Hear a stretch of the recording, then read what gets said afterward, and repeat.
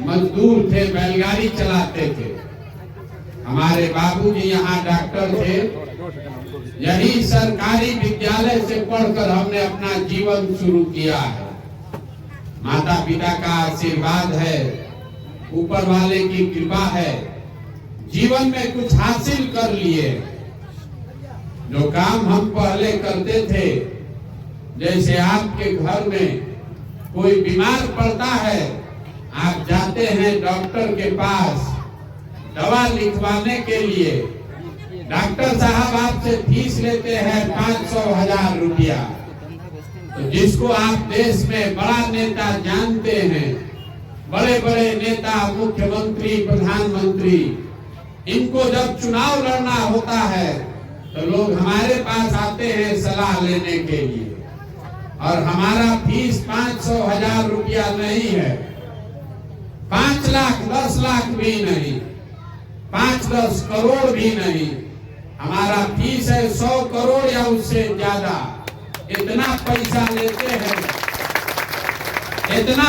लेते हैं तब आपको सलाह देते हैं। लेकिन 2 बरस पहले उस काम को हमने छोड़ दिया। अब आप कहिएगा, ये भैया जिस काम में इतना पैसा मिलता था, इतना नाम सुविधा था, उस काम को काहे छोड़े? काम को इसलिए छोड़े कि बड़े बड़े दल और नेताओं के साथ रहकर ये देखा, नेताओं और दलों के जीतने से जनता नहीं जीतती है। ये आपको हमको लगता है कि हमारा दल जीत गया, हमारा नेता जीत गया, हमारे जात वाला जीत गया। जो जीत गया वो जीत के हेलीकॉप्टर पर गया, और आपका और आपके बच्चों का कोई फर्क नहीं पड़ने वाला। तो हमने ये तय किया कि अगर ये भगवान ने हमको शक्ति बुद्धि दिया है, जिसका हाथ पकड़ते हैं, जिसको सलाह देते हैं, वही चुनाव जीत जाता है। तो नेताओं और दलों को तो बहुत जिता लिए, एक बार जाकर अपने राज्य में वो प्रयास करते हैं, जनता का हाथ पकड़ते हैं ताकि आप सब जीते, आपकी जिंदगी बदले।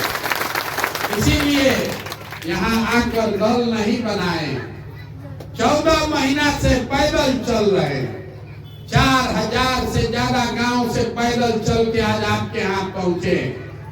वोट नहीं मांगते। लोग पूछ रहा है, भैया वोट मांगिए नहीं रहे हैं, तो ये सुधरेगा कैसे?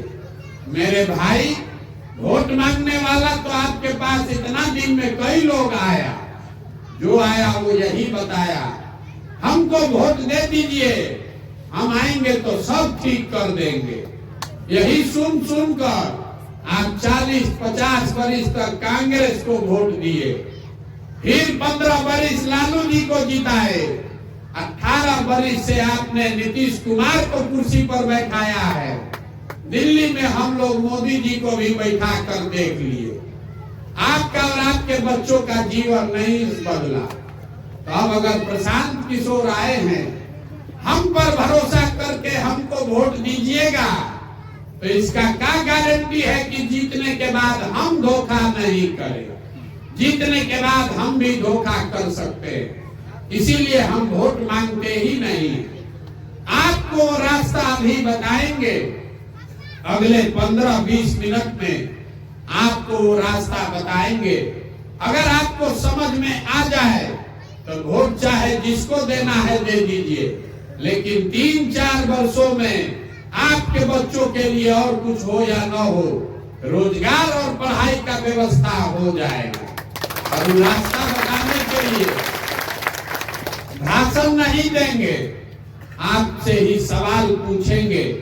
आप सवाल का जवाब दीजिएगा, हाँ चाहे ना बोलिएगा, और आपके आंख के सामने यही दिखेगा कि आगे आपके जीवन सुधरने का रास्ता क्या है। जवाब सबको देना पड़ेगा। सवाल का जवाब हाँ ना नहीं दीजिएगा तो ना बुझाएगा। यहाँ आप जितने लोग आए हैं, सब लोग जरा सोच के बताइए, हाँ चाहे ना बोलना है हाथ उठाकर।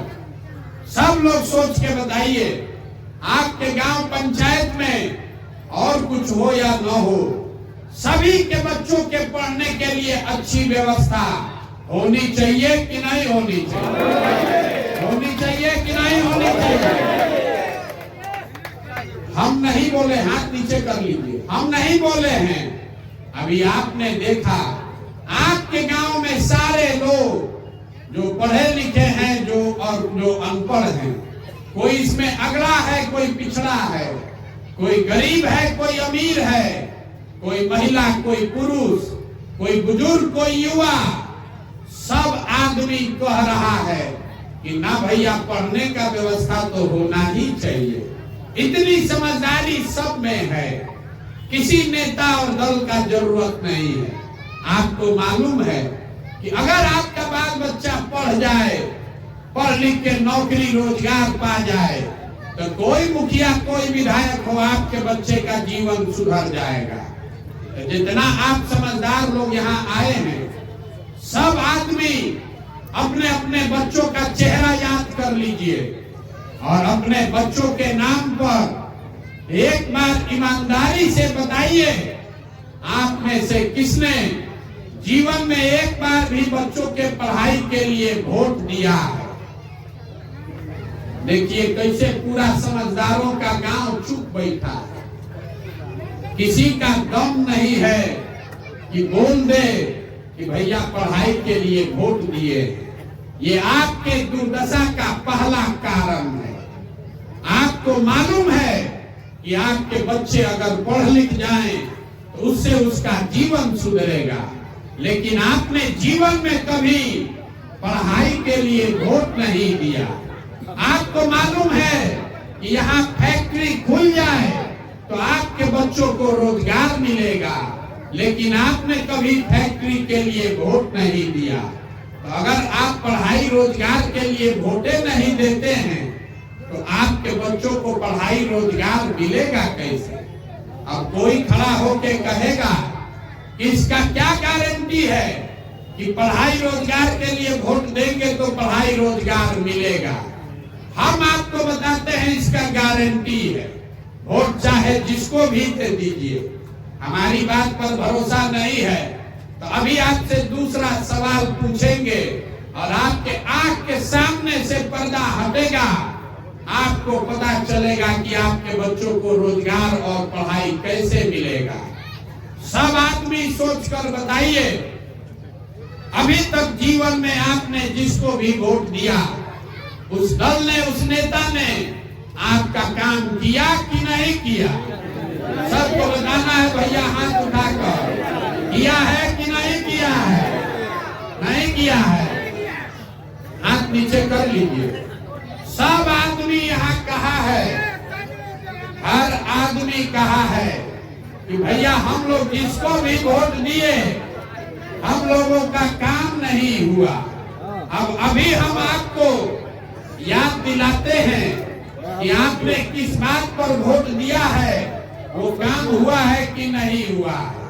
अब अगर सही बोले तो सबको जोर से हाँ बोलना है, अगर गलत लगे तो तुरंत ना बोलिएगा जोर से।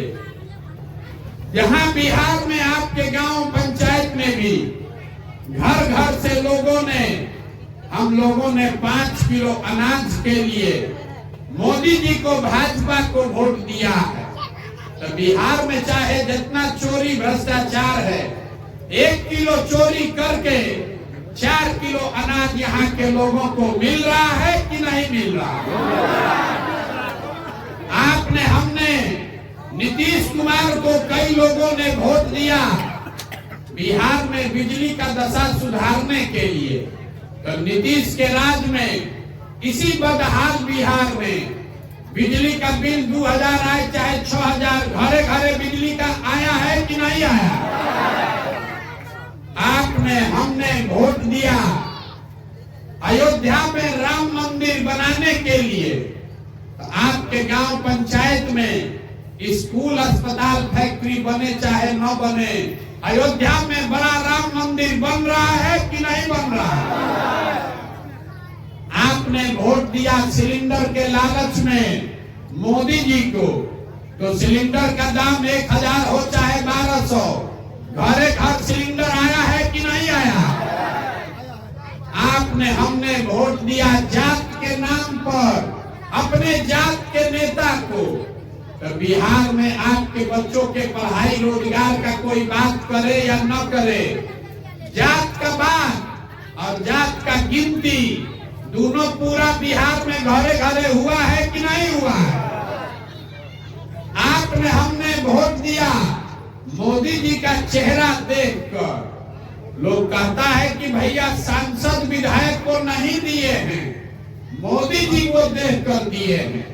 तो सांसद विधायक 5 वर्ष अपना मुंह नहीं दिखाया, लेकिन मोदी जी अपना चमकता हुआ चेहरा रोज सुबह शाम टीवी पर, मोबाइल पर, अखबार पर दिखा रहे हैं कि नहीं दिखा रहे?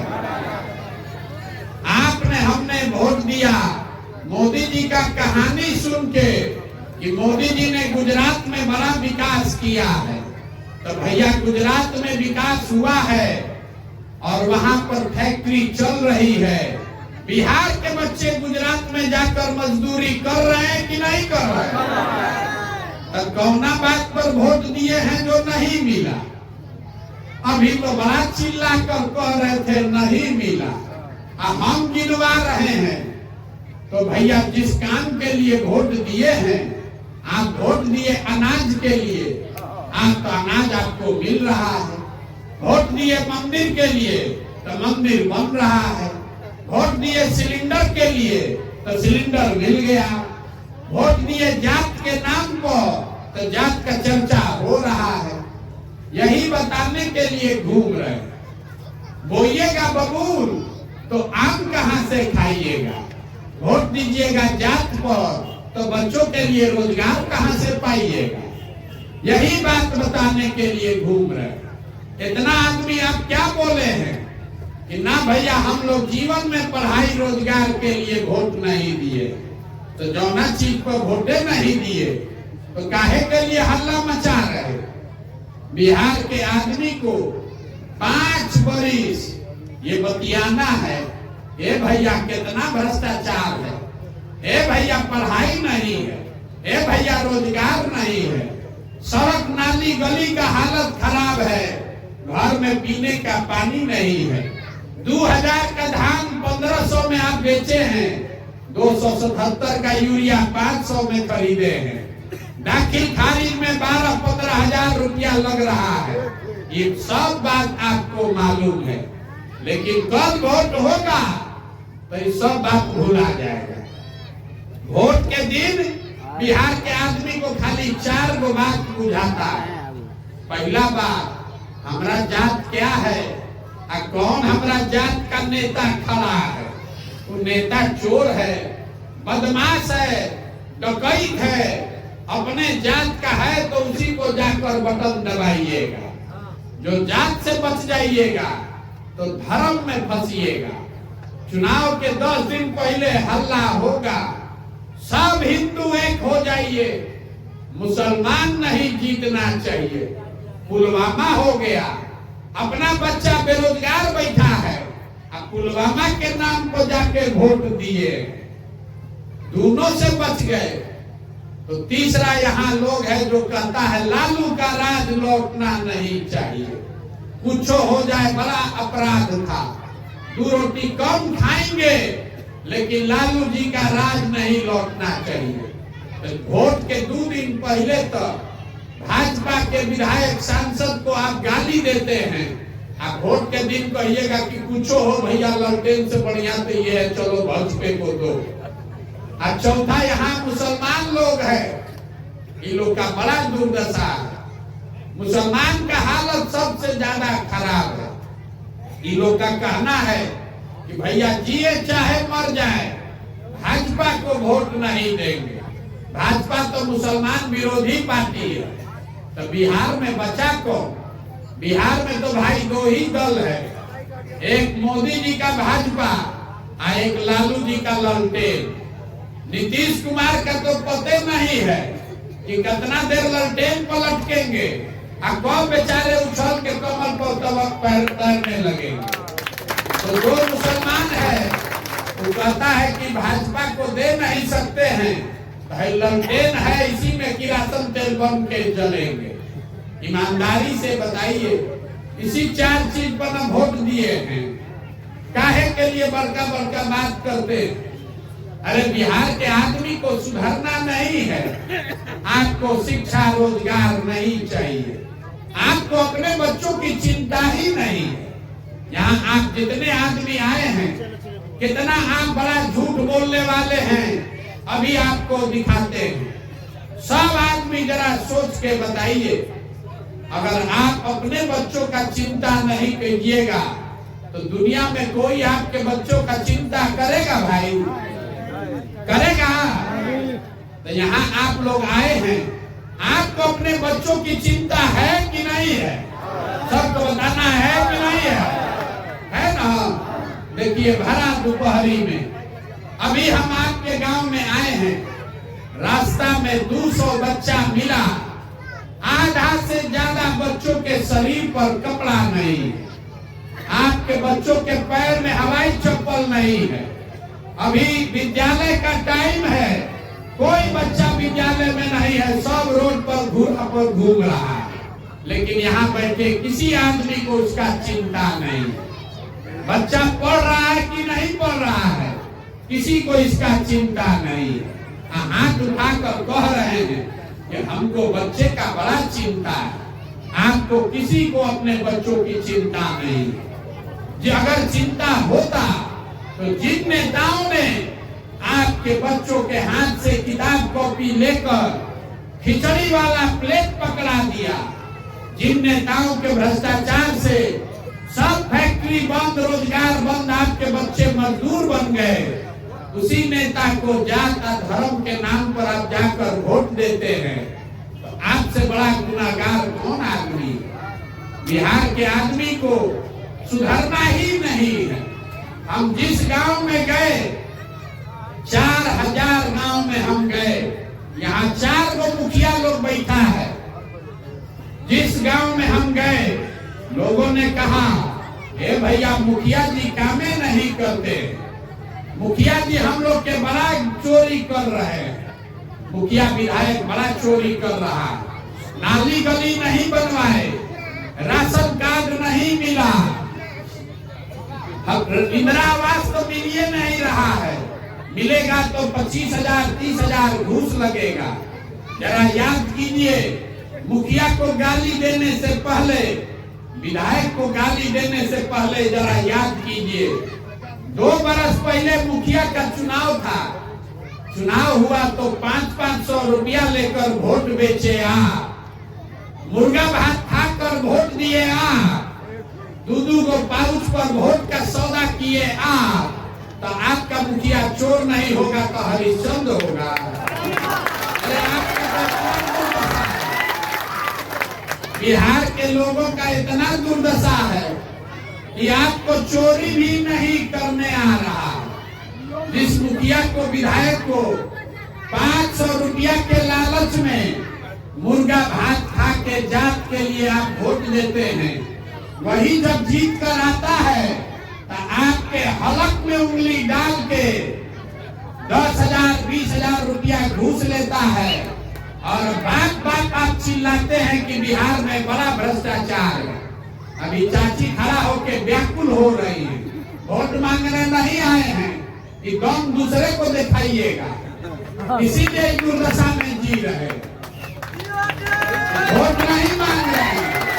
अरे 500 रुपया पर नहीं बेचे होंगे तो जात पर बेचे होंगे, जात पर नहीं बेचे होंगे तो हिंदू मुसलमान के नाम पर बेचे होंगे, बेचा तो होगा ही होगा।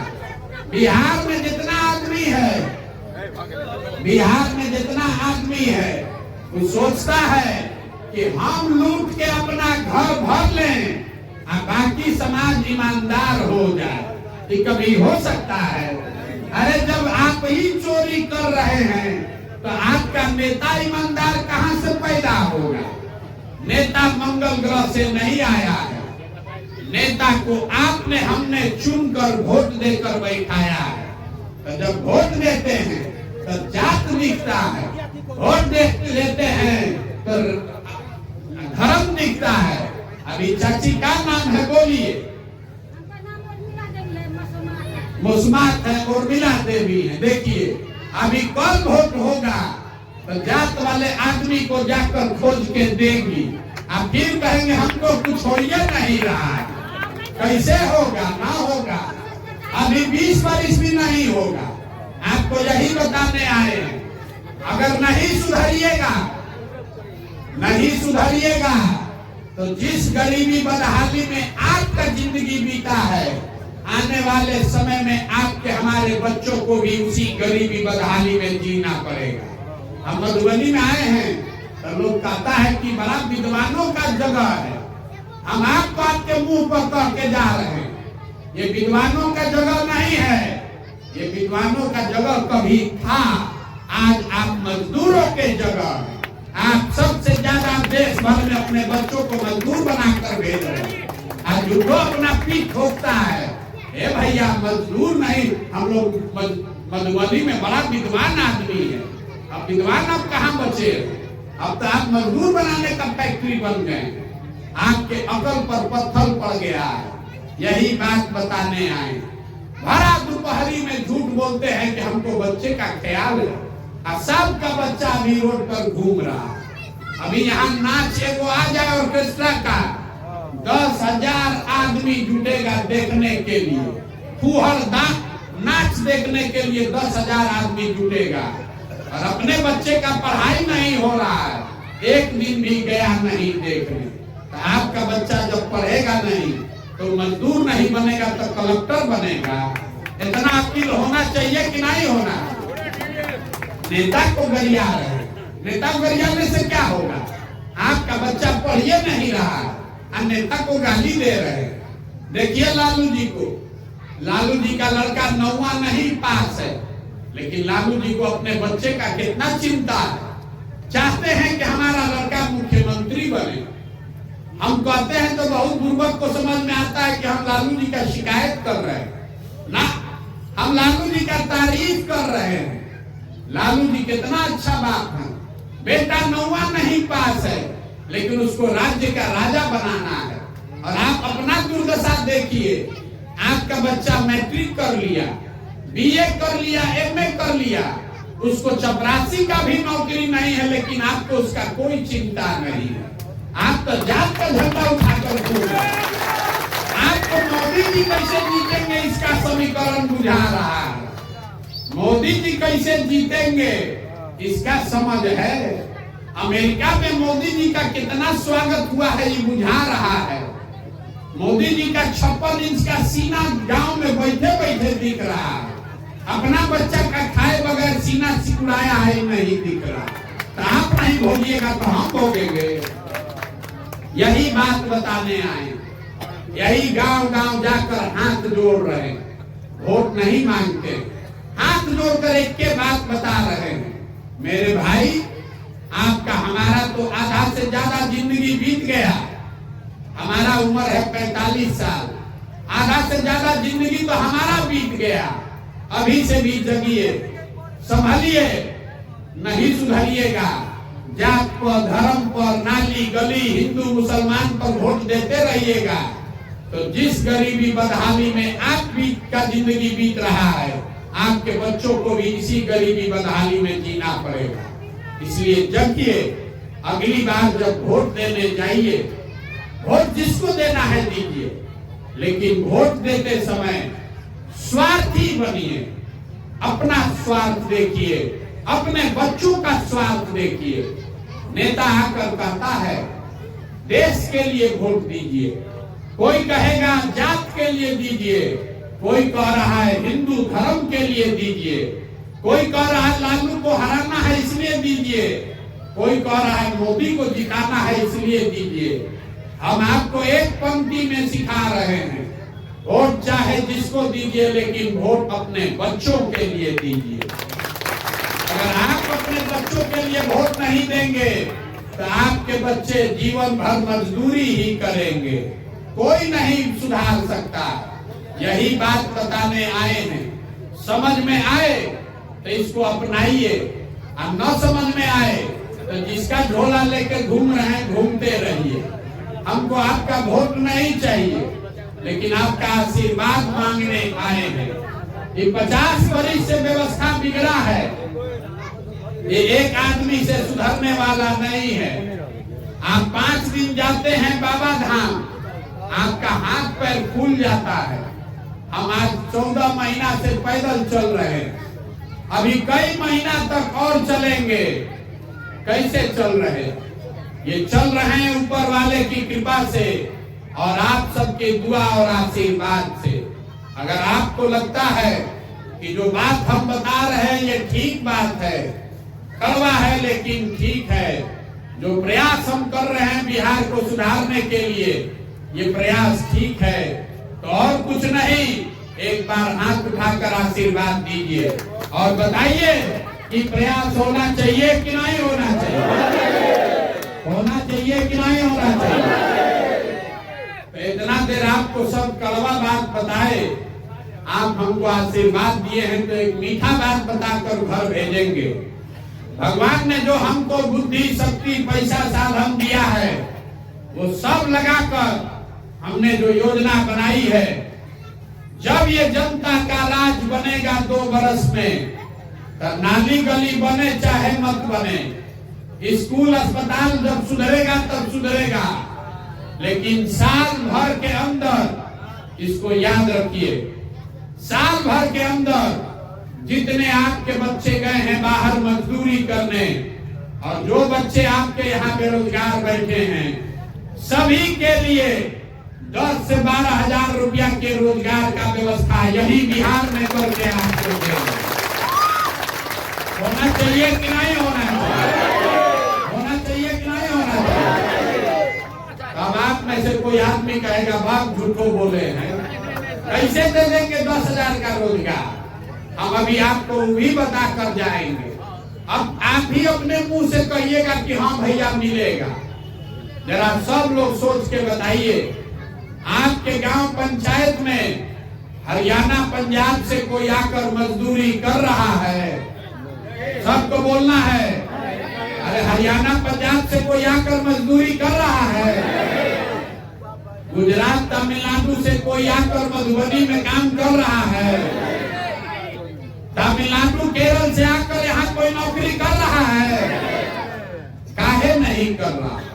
बिहार में आप लोग इतना बतियाते हैं, कभी गांव में बैठ के ये आपने चर्चा किया कि आखिर दूसरे राज्य से लोग यहाँ क्यों नहीं आते?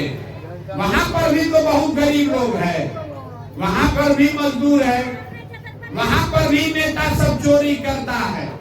उन राज्यों में भी इसी देश का कानून और संविधान है, लेकिन हर राज्य में नौकरी मिले चाहे नहीं, 10-12 हजार रुपया के मजदूरी के लिए किसी को अपना घर परिवार छोड़कर नहीं जाना पड़ता। ये व्यवस्था हरियाणा में है, पंजाब में है, महाराष्ट्र गुजरात तमिलनाडु में है, तो बिहार में होना चाहिए कि नहीं होना चाहिए? तो कैसे होगा ये बता रहे। बिहार सरकार के तिजोरी में आपका बिहार की जनता का हर साल पैसा है 2,50,000 करोड़ रुपया। याद रखिए, बिहार सरकार के तिजोरी में आपका पैसा है 2,50,000 करोड़। और जितना दुनिया में विद्वान है वो बता रहे हैं कि अगर बिहार सरकार 10,000 करोड़ रुपया खर्चा करे तो किसी के बच्चे को 10-12 हजार रुपया के मजदूरी के लिए बाहर नहीं जाना पड़ेगा। तो 2,50,000 करोड़ में 10,000 करोड़ कितना हुआ?